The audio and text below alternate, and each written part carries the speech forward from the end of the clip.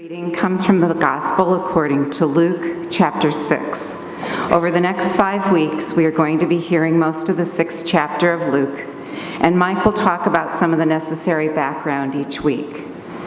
Before the reading today, Mike just wants me to mention 2 things. First, honoring the Sabbath was a very important feature of Jewish life in Jesus' day. The Jews were known around the world for their refusal to work on this day, and when Jesus showed that he thought about the Sabbath in a new way, it was a really big, disturbing development. The second thing is that contrary to the way we often hear the Bible, the Pharisees were not just moralistic dummies, always focusing on black and white rules rather than the bigger concerns like mercy and justice. The Pharisees also loved mercy and justice. They had just different ideas than Jesus did about how to pursue those things in life. So the reading from the 6th chapter of Luke.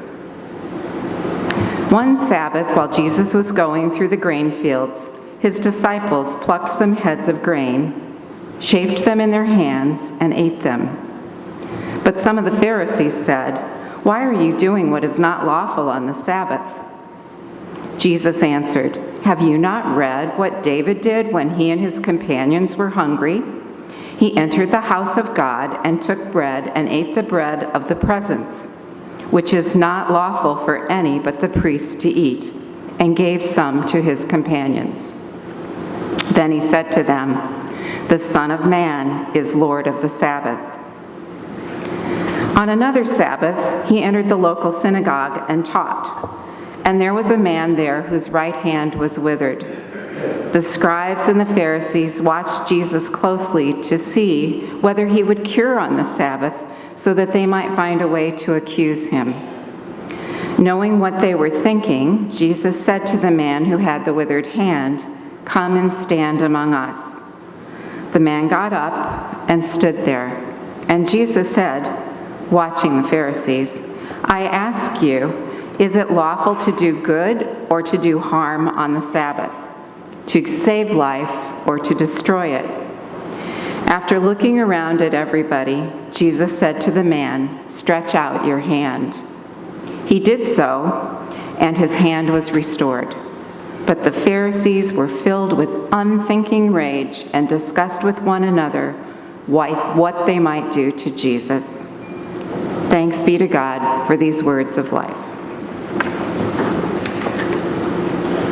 I'd like you to look around the room and to the people gathered here with you this morning, and I want you to try to tell me what bit of technology has had the greatest impact on our lives today.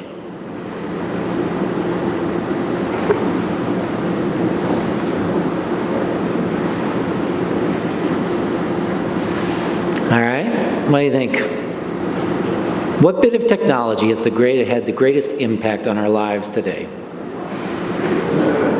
What? Cell phone, maybe the internet that goes along with it. Electricity is another one. Somebody's got a radio. Could have a radio on your phone, so I guess that counts. What else?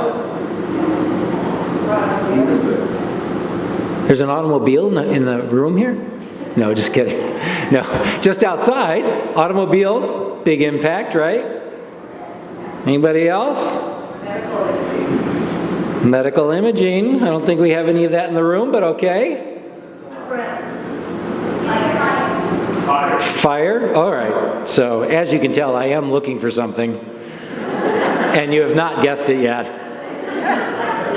All of those are reasonable answers, to be sure, and all of those, probably especially this little device, have indeed had unbelievable impacts on our lives today.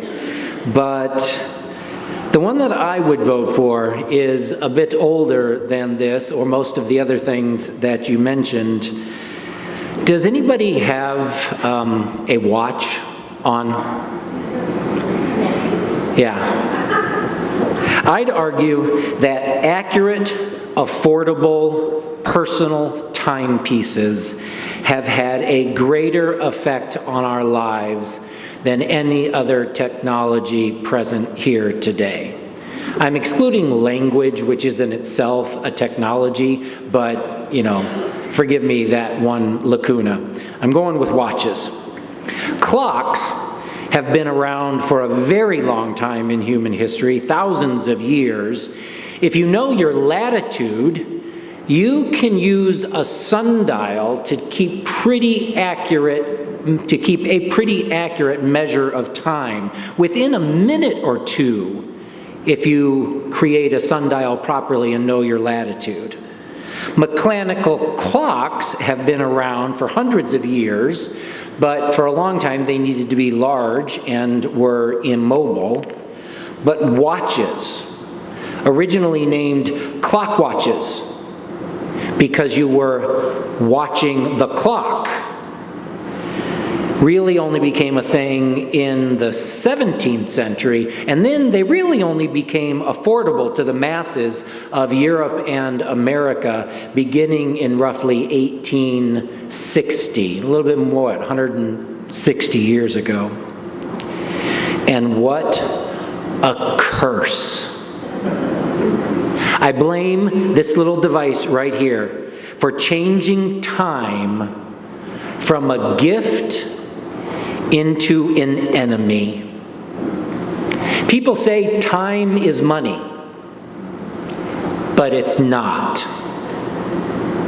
Time is a gift.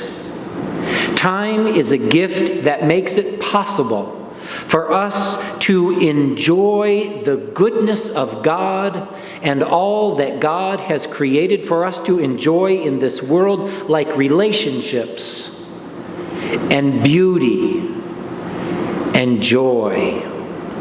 Time may give us the opportunity to make money, but that just means that it's all the more a gift in which we can develop the resources that we need to take care of ourselves and to share with others. I mean, in these days, geez, right? Time. What a curse. There's never enough of it. We resent it. We try to fit so much into it, maximize our efficient use of it. People pay to save time by having others do our tasks for us. It literally drives us all nuts. In the school systems around us, here in this area, kids as young as 6 begin to show signs of clinical anxiety.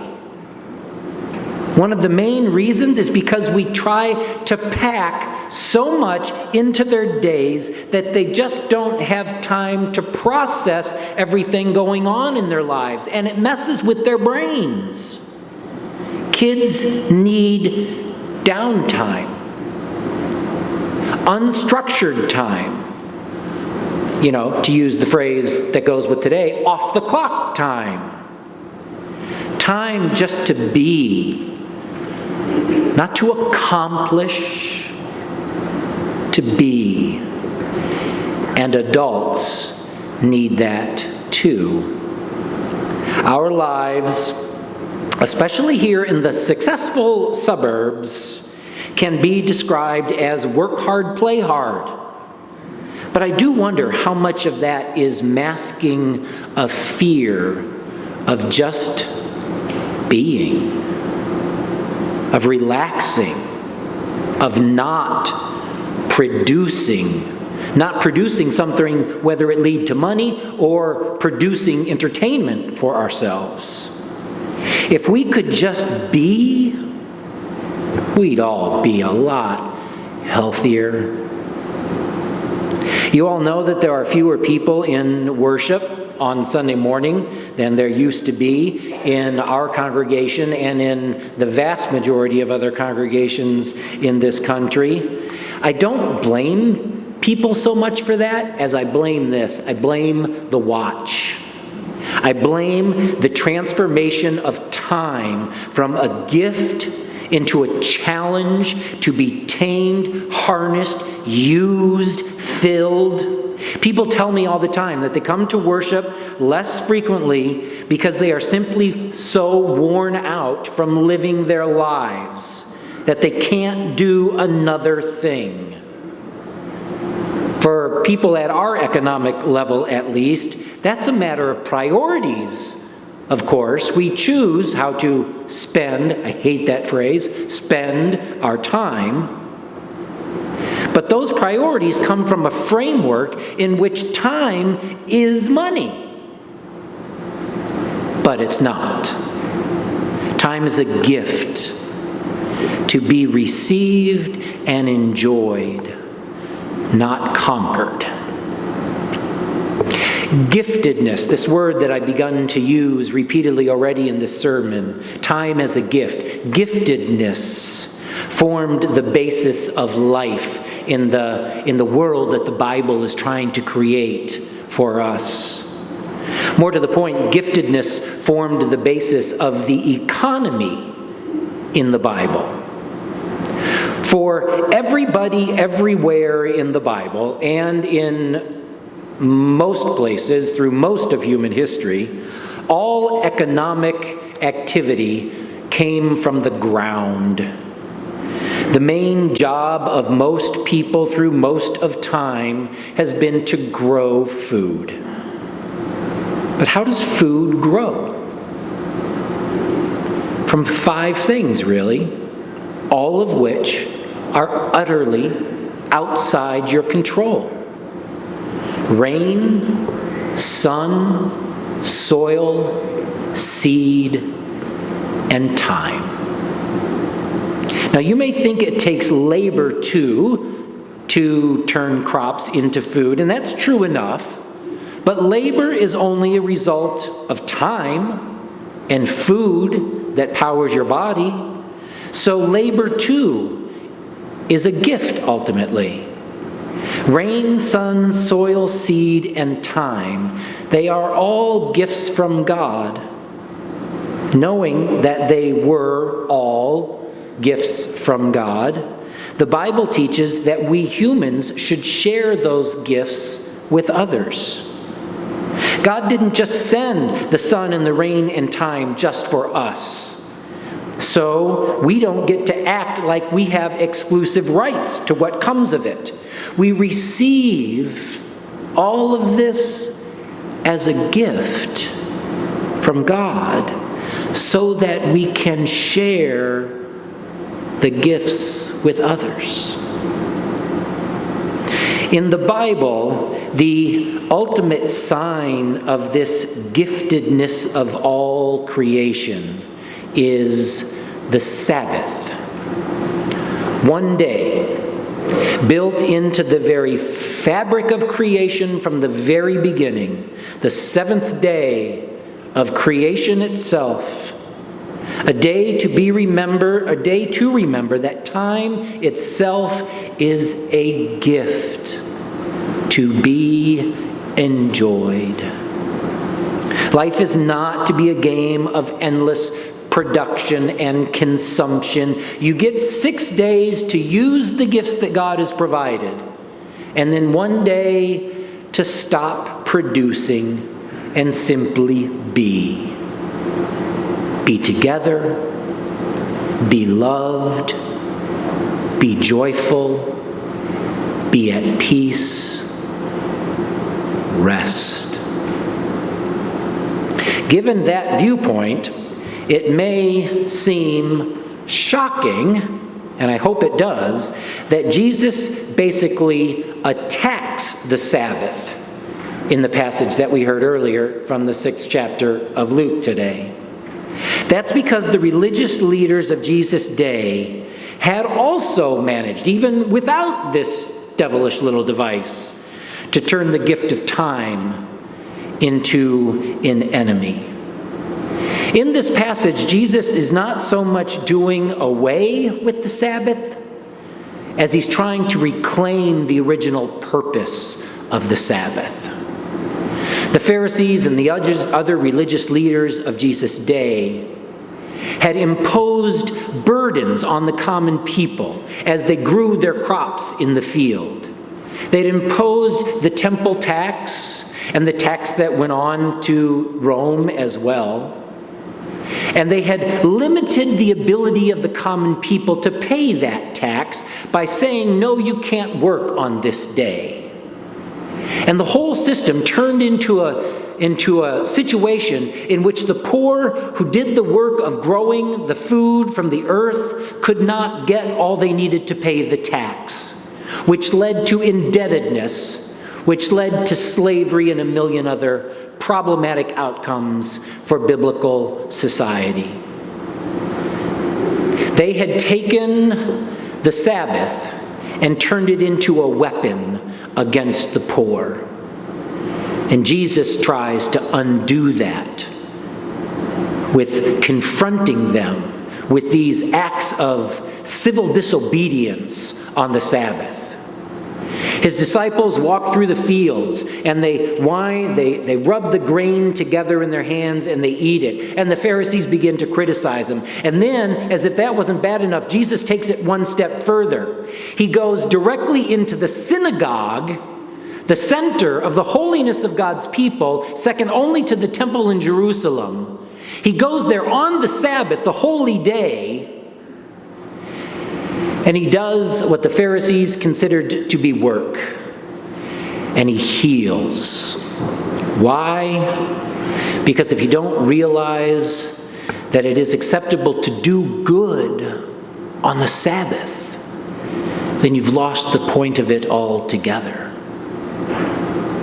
The Sabbath is not meant to become a burden to us in the world today or to the people in Jesus' day. The Sabbath is meant to be a gift of time for us all to enjoy, a gift of time for us all to enjoy. It may mean that we need to do work to share the gift of time with others, and that's okay because it's good to do good on the Sabbath. I might mention just as one specific example in the life of our church. I know that Mary Sue is the chair of trustees and they volunteered to help at a Just Harvest later today. And she's having trouble finding people who have enough time to go to Just Harvest this afternoon. And they're all doing wonderful things, spending time with family, accomplishing other tasks in their lives, which is important. But surely among us today, I hope there are a few of you that come up to Mary Sue following this service and say, you know what, I'm going to join you at a Just Harvest to turn the Sabbath again into a gift for others. In the Gospel of Luke, it's a little bit complicated to explain how exactly this unfolds in the gospel, but Jesus basically presents the Sabbath as the fulfillment of the year of Jubilee. It's a release from everything that binds us in life. And we too, if we can begin again to see time itself as a gift, we can be freed from this curse among us. We can be freed to just be. To allow our children to just be, to allow our grandchildren to just be. Unstructured time to process life, to enjoy relationships, to be together as God's people. When Jesus attacks the Sabbath, he attacks the very idea that time is money. It's not. Time is a great gift from God. Let us learn to enjoy that gift, not just one day out of 7, but every day. In the name of the Father, Son, and Holy Spirit. Amen.